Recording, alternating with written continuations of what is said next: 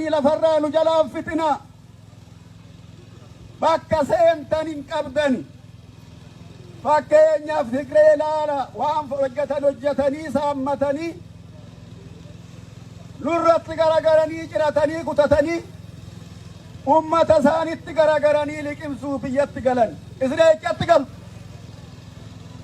laftis bosonnis malkaanis bineensis allaattinis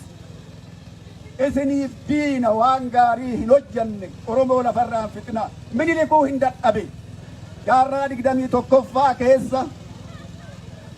seera Minilik calqabe galmaan geenye jettanii daaqon Daani'eel Kibrat faa hantuman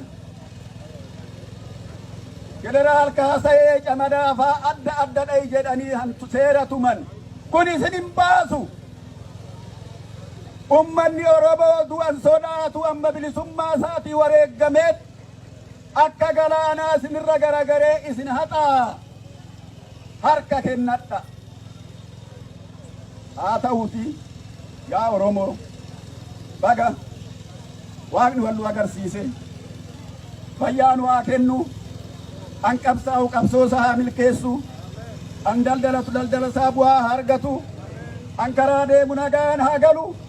an bosona keessa jiru nagaan haa galu haa yaadannu jara hundaa'u haa yaadannu waan isaan barbaachisu haa goonufi Oromoodha jechuun waan tokko hojjannee yoo argine malee maqaa duwwaadhaan afaan kana dubbachuufi hidhii xuuxuun duwwaan homaa nuun godhu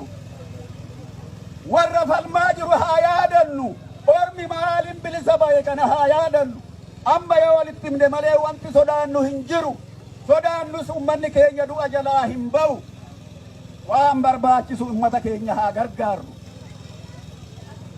gargaarsa ummata keenya haa goonu an harka duwwaa jiru harkasaa akka waa qabatu haa goonu anfala ta'u yoo harkatti waa qabatu anfala ta'u yoo hidhate na warri hidhateen sodaatama kabaja qaba simbirroo mirree qilleessa isaaniitirran deemtu nama dhiisati baay'inni keenya yoo hojjanne ofii ijjanne malee bu'aan qabu an bu'aa qabu murannoodha wal dhaggeeffachuu wal kabajuu waliin mari'achuu Oromoo wal malee homaan qabu waan tokko hin qabu miliyoona 50 miliyoona 60 jenna akka baay'ina keenyatti bu'aa buufachuu haa dandeenyu yaa Oromoo yaa qarree yaa qeerroo yaa maanguddoo kanaafi waaqni an jenne kana han dubbanne kana laphee keenyatti haa qabu waaqni rabbi nagaa ummata keenyaa haa fidu hawwiin ummata keenyaa bakka haa ga'u galma haa ga'u waggaa dhufu kan ammoo